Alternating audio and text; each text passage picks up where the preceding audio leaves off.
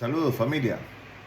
Y ahora que hablamos con referente a este punto de la familia, qué importante hacer cotación de la forma en cómo terminamos la enseñanza pasada. La enseñanza pasada logramos entender de que existen dos familias, la familia de Dios y la familia del diablo o la familia de Satanás. ¿Dónde lo vemos eso en la Biblia? Bueno, en 1 Juan capítulo 3, verso 10 nos dice: en esto se manifiestan los hijos de Dios y los hijos del diablo. Lo que nos hace entender, como concluimos en la enseñanza anterior, donde decía, somos todos hijos de Dios. Entonces la enseñanza nos dio a entender y nos hizo ver a través de las escrituras de que no todos somos hijos de Dios. Todos somos creación de Dios, eso es cierto, pero no todos somos hijos de Dios. 1 Juan 3:10 nos dice: en eso se manifiestan los hijos de Dios y los hijos del diablo, por lo cual hay una división, dando a entender de que hay un Padre celestial, Dios Padre, y también el Padre de este mundo, que es Satanás, precisamente. Y cuando llamo de este mundo, no es del globo terráqueo. Lo que estoy hablando al hablar o al decir o interpretar mundo, debemos de entenderlo y comprenderlo de que es el sistema. Cuando se habla de mundo, se habla de sistema. ¿Cuál sistema? Bueno, los sistemas que podemos encontrar en el desarrollo de nuestras vidas, como cuál: el sistema financiero, el sistema de educación, el sistema médico, y todo este tipo de sistemas en los cuales nosotros estamos rodeados y somos personas en las cuales nos manifestamos día con día en este tipo de sistemas. Por lo tanto, ahí debemos entender que nosotros, y dentro de este globo terráqueo, ahora sí, existen pues dos familias, la familia de Dios y la familia del mundo, lo cual se debaten, lo cual combaten día a día, tiempo a tiempo, precisamente en este sistema, el cual es llamado mundo. Dentro de este entendimiento vemos como la cosmovisión de Juan nos dice también en el versículo primero de Juan capítulo 3 verso 10, dice: todo aquel que no hace justicia. Ok, ¿cuál era la cosmovisión cultural en aquel momento de Juan? En aquel momento era el tiempo en que estaba el desarrollo, lo que conocemos como la ley. ¿Cuál ley? ¿O cuál pacto? El pacto de Moisés, lo cual se desarrollaban precisamente 613 preceptos o 613 leyes que había que cumplir y que había que desarrollar, de los cuales esos 613 mandamientos habían que trabajarlos precisamente para poder ser justos delante de Dios. ¿Qué es lo que podemos nosotros entender? ¿Y qué es hacer justicia? Para poder entender un poquito, irnos un poco más a fondo, primeramente en este tema tan importante. ¿Qué es hacer justicia? Bueno, hacer justicia, como lo estábamos hablando precisamente dentro de todo este contexto es el cumplimiento de los 613 preceptos, 613 mandamientos que se establecían en la ley de Moisés. ¿Para qué? Para uno poderse ver o ser justos, o verse justos, o por lo menos llegar a esa justicia, tratar de alcanzar ese nivel de justicia. Ahora, ¿cuánto era? ¿Un 80%? ¿Un 90%? ¿Un 99.9%? No, era un 100% a cabalidad que había que cumplir esas 613 preceptos. No era que cumplía 602 y ya, no. Había que cumplir los 613 preceptos y ser transparente y limpio delante de Dios en esos 613 preceptos para poder ser justo, ¿Pudieron alcanzar esto? ¿Pudieron los judíos o el pueblo de Israel en aquel tiempo alcanzar o verse justo o ser justos delante de Dios, tratando de desarrollar estas 613 mandamientos, 613 leyes? No, definitivamente no. Por eso es que tenían que hacer siempre en el tabernáculo el derramamiento de sangre de los machos cabríos y los corderos, precisamente para poder derramar sangre, para que a través de esa sangre pudieran ser justificados delante de Dios. Sin embargo, encontramos una persona que hace más de unos 2000 años, en la cual hace referencia Juan. Este hombre llegó y nos hizo justos delante de Dios.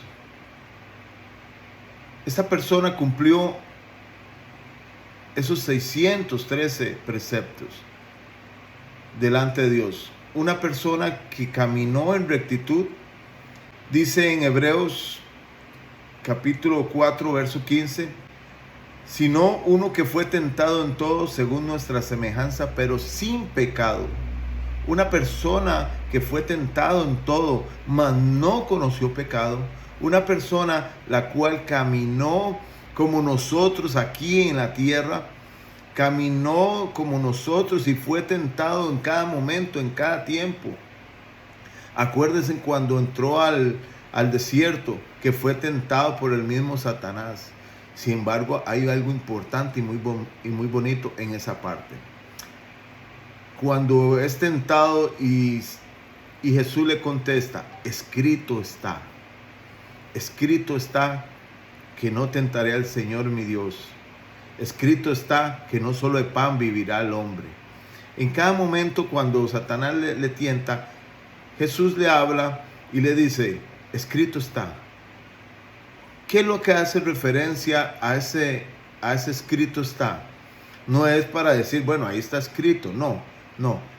Ese escrito está es porque nosotros, como hijos de Dios, nosotros como personas entendidas, debemos tener esa palabra escrita en nuestros corazones y en nuestra mente, para cuando nos viene una tentación o cuando nos viene alguna situación de dificultad, entonces poder tomar esa palabra, o que el Espíritu mismo, que es Cristo mismo en nuestras vidas morando, pueda sacar esa palabra y hacerla rema en nuestras vidas aquí primero, para que nosotros luego la apliquemos. Por eso la importancia de leer las Escrituras. Por eso la importancia no solo leerlas, sino, como ella misma dice, escudriñad las Escrituras. Entonces es importante que nosotros podamos comprender de que a través de Jesús es que se establece un nuevo pacto. ¿Por qué? Porque el pacto pasado de esos 613 preceptos ya es obsoleto. Ya fue obsoleto. Fue un pacto viejo, el cual es renovado a través de la sangre de Jesús, estableciendo un nuevo pacto. Dice en Jeremías capítulo 31, verso 31, dice, he aquí, vienen días, dice Jehová, en los cuales haré un nuevo pacto con la casa de Israel y con la casa de Judá. Dentro de esa casa estamos nosotros. Dentro de esa casa que habla la casa de Israel estamos nosotros. ¿Qué? ¿Ahora somos israelitas? ¿Ahora somos judíos? No. Nosotros somos hijos de Dios. Esa es nuestra identidad. Nuestra identidad no es ni cristianos, ni evangélicos, ni panderetas, ni bautistas, ni metodistas, ni nazarenos, ni el nombre que usted quiera ponerle. No, esos nombres los pone el hombre. Esos nombres los establece el hombre para poder identificar un grupo étnico de ideologías, idiosincrasias que llevan a un grupo a desarrollarse dentro de una religión, que precisamente la religión también, como habíamos hablado anteriormente del sistema, la religión es parte de un sistema, es parte del sistema. La religión no es algo que se estableció o que Dios estableció, no. La religión fue establecida por los hombres. Y eso es una historia que viene remonta de muy atrás, el cual viene a dar conocimiento de que las religiones precisamente son como las fronteras, son establecidas por los hombres. Por lo tanto, nosotros debemos de entender y debemos de comprender de que somos hijos de Dios. Esa es nuestra identidad personal, de la cual nosotros nos tenemos que aferrar. porque cuando nos venga a nuestra mente cosas diferentes, cosas que nos hagan dudar de nuestra personalidad, de nuestra identidad, como panderetas, como cristianos, como los aleluya, como los que quieran llamarnos, nosotros debemos de entender de que nosotros no somos nada de eso, somos hijos de Dios. Somos hijos de Dios. Aproximadamente 2522 años atrás, el profeta Jeremías da una palabra donde dice: haré un nuevo pacto con la casa de Israel y con la casa de Judá. Según nos dice Jeremías capítulo 31, verso 31, hace 2500 años atrás, el profeta nos decía que nosotros estaríamos en este nuevo pacto. Pero si te viene una duda, y dices, pero ahí lo que dice es la casa de Israel y con la casa de Judá, como estábamos hablando. Entonces soy israelita, soy judío, soy de la casa de Judá. Yo digo, muy bien pensado quizás, porque uno dice, bueno, eso es lo que la escritura está diciendo, y cuestionar las escrituras nos esclarece precisamente esa duda. ¿Por qué? Porque vamos a ir al libro de Romanos. La escritura misma nos va a ir dando la claridad de todo esto, saliendo de la ignorancia en la que nos meten las dudas. ¿Se acuerdan en el estudio pasado de dónde provienen las dudas? Las dudas provienen del enemigo, las cuales nos llegan aquí a la mente y nos crean inseguridad. Y en Romanos capítulo 11, verso 17 dice: pues si alguna de las ramas fueron desgajadas, y tú, siendo olivo silvestre, has sido injertado en lugar de ellas y has sido hecho participante de la raíz y de la rica savia de olivo. Aquí está haciendo referencia a nosotros los gentiles. Hemos sido injertados. ¿Hemos sido injertados a quién? A la iglesia, al pueblo santo. Hemos sido injertados. En esta metáfora que el apóstol Pablo nos está hablando, está usando una hermosa figura retórica en estas expresiones gramaticales tan hermoso, donde Pablo en su carta a los romanos compara precisamente a los gentiles con los pueblos no judíos venidos a la fe cristiana. Como las ramas de olivo, dice, como las ramas de olivo silvestre son injertadas en el olivo bueno, o sea, el árbol de la fe y de las promesas de la familia de Dios venida de los patriarcas. Nosotros somos ese olivo, precisamente esas ramas de olivo silvestre que hemos sido injertados. Hemos sido injertados en esa rama, en esa raíz de olivo bueno. En esta parte donde dice: serán injertados al árbol de fe y las promesas de la familia de Dios cuando logremos creer que la sangre fue derramada en la cruz. Ahí es donde está, donde decían los abuelillos de uno, ahí es donde la mula botó a Genaro, ahí es donde la chancha tuerce el rabo, como dicen por ahí, ¿verdad? Entonces, tenemos que tener entendido algo. ¿Cómo seremos injertados a ese árbol? ¿Cómo seremos nosotros introducidos en ese árbol o esa raíz de olivo? ¿Cómo seremos injertados? Bueno, creyendo precisamente. Todo esto se deriva de la fe. De la fe es creer. Precisamente nos lleva a dar un entendimiento y una comprensión. ¿Cómo? Como nosotros respiramos, sentimos el aire. A veces el aire nos golpea la cara, pero no lo vemos. No lo podemos palpar. No lo podemos tocar, no lo podemos agarrar. Pero sabemos que respiramos. Sabemos que hay aire. Sabemos que hay oxígeno, porque nos da también la vida. Nosotros sin respirar, sencillamente no podemos vivir. Por lo cual, en Lucas capítulo 22, 20, también nos lleva a esta introducción donde dice: de igual manera, después que hubo cenado, tomó la copa, diciendo: esta copa es el nuevo pacto. Esta copa es el nuevo pacto, dice Jesús, en mi sangre, que por vosotros yo derramaré.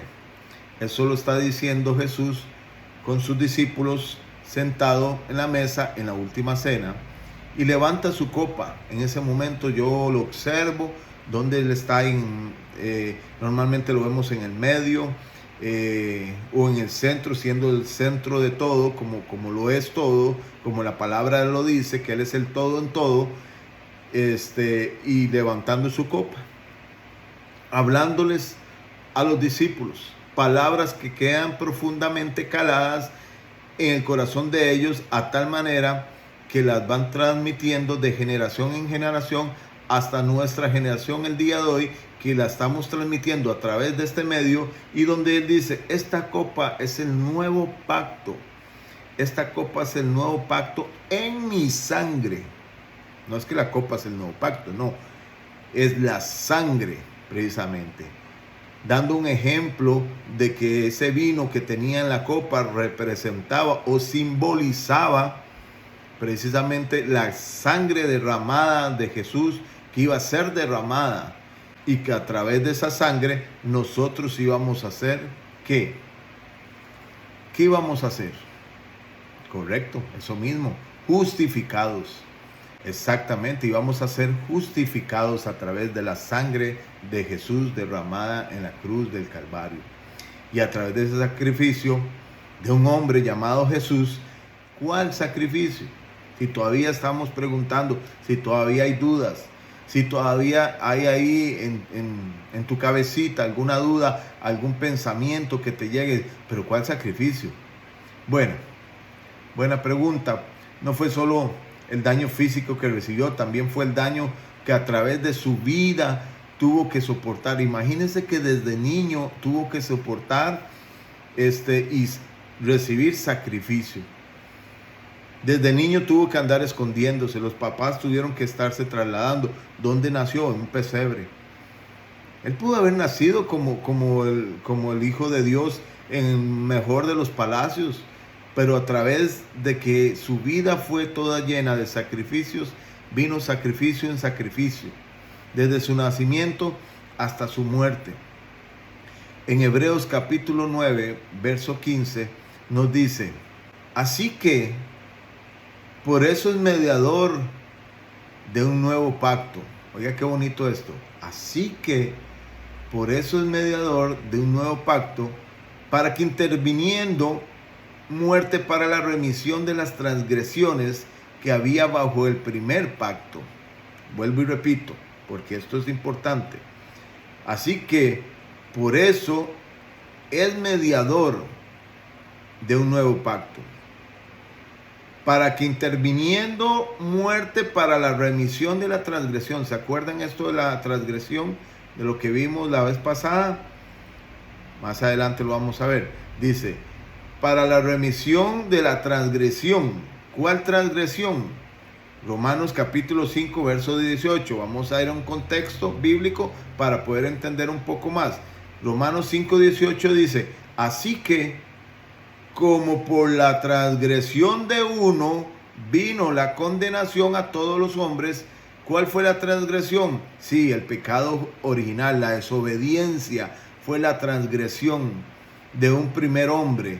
¿Quién fue ese primer hombre? Correcto, Adán, ese mismo. Ese fue el que hizo la transgresión. Por lo tanto, aquí en Hebreos capítulo 9, verso 15, nos dice: así que por eso es mediador de un nuevo pacto. Por eso.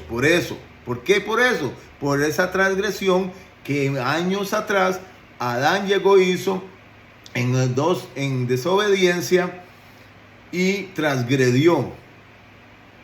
Y dice: para que interviniendo muerte para la remisión, para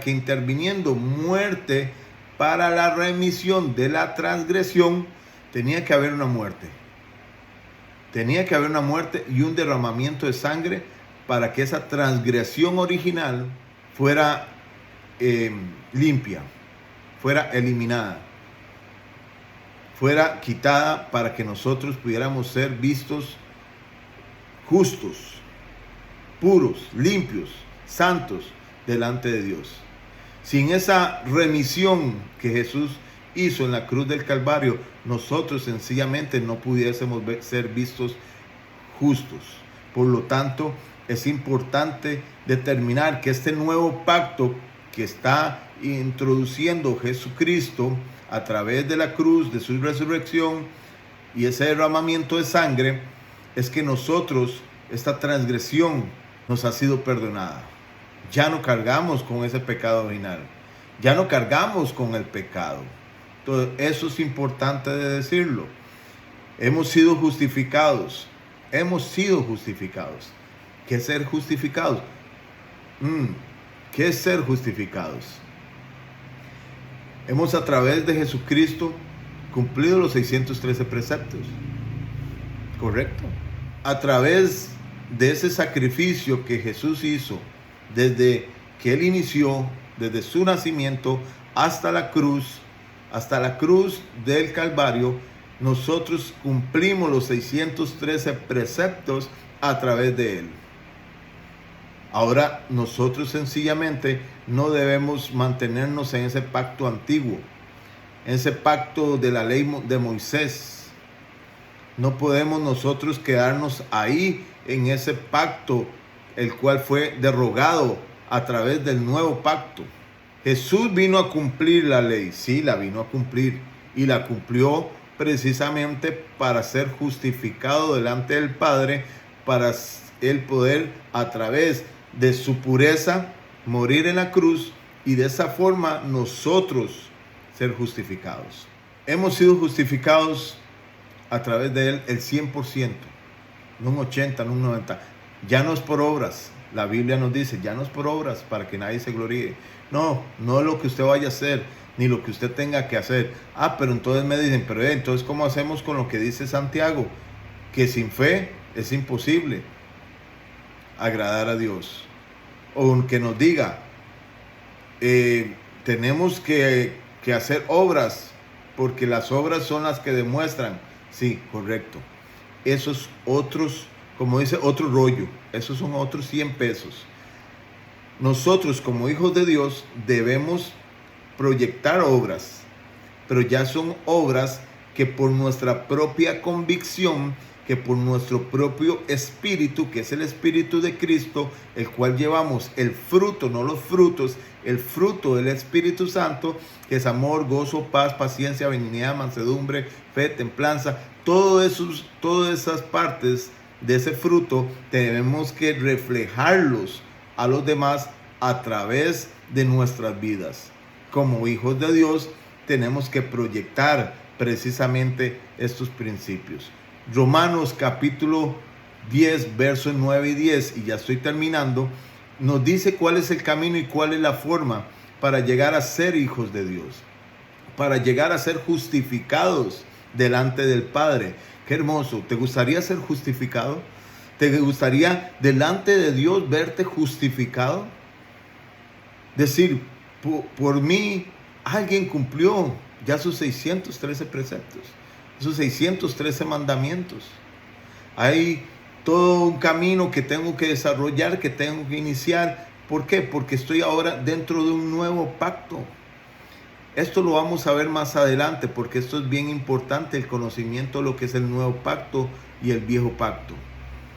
Todo esto es importante que lo vayamos aprendiendo. Sin embargo, ahorita estamos con unas bases, estableciendo bases principales, bases de una persona que apenas está conociendo. Hasta una persona, vamos a llegar hasta llevarnos a un desarrollo del conocimiento de qué es vivir en este nuevo pacto. Pero Romanos capítulo 10, versos 9 y 10 nos da el camino de la manera y la forma en cómo podemos llegar a ser justificados. Dice que si confesares con tu boca que Jesús es el Señor, que si confesares con tu boca que Jesús es el Señor y creyeres en tu corazón, ahora no es un corazón físico, es la parte interna nuestra, es nuestra parte almática, nuestra parte en el alma, donde debemos de creerlo de todo corazón, que Dios lo levantó de los muertos, dice el versículo 9, serás salvo. Esa palabra salvo es precisamente como decir serás justificado. porque esa palabra salvo lo que nos está diciendo es que nos va a dar vida eterna. Eso es otra parte interesante. En el verso 10 dice, porque con nuestra parte interna, se cree para justicia. Vean donde dice, se cree para justicia. ¿Qué era justicia? ¿Se acuerdan que lo expliqué? Justicia era precisamente haber cumplido todos esos preceptos, todas esas leyes, todos esos mandamientos, haberlos cumplido, pero lo cumplimos a través de Jesucristo. ¿Cómo? Creyendo, confesando con nuestra boca que Jesús es el Señor y que además fue levantado de los muertos. Que fue levantado, o sea, que resucitó. Eso es lo que nosotros debemos confesar con nuestra boca, pero también creerlo con nuestro corazón. ¿Para qué? Para que seamos justificados. Y termina diciendo el verso 10 de Romanos capítulo 10, dice, pero con la boca se confiesa para la salvación. Al mundo espiritual, el cual va caminando o va paralelo al mundo físico en el cual nos encontramos, necesita que usted confiese con tu boca, porque la palabra dice que en nuestra boca está la vida y la muerte. Está en nuestra boca la vida y la muerte, por lo cual debemos decretar vida. ¿Y cómo vamos a decretar vida? Diciendo, Señor, yo creo que tú eres el Hijo de Dios, que Jesús fue crucificado, murió en la cruz, derramó la sangre preciosa que nos hizo justos delante del Padre, y también resucitó, como dijo él, al tercer día resucitó para salvación nuestra y para justificación nuestra, ingresándonos a un nuevo pacto. Qué maravilloso, qué hermoso es esto. Romanos capítulo 10, versos 9 y 10 es el camino. El tiempo se nos agotó.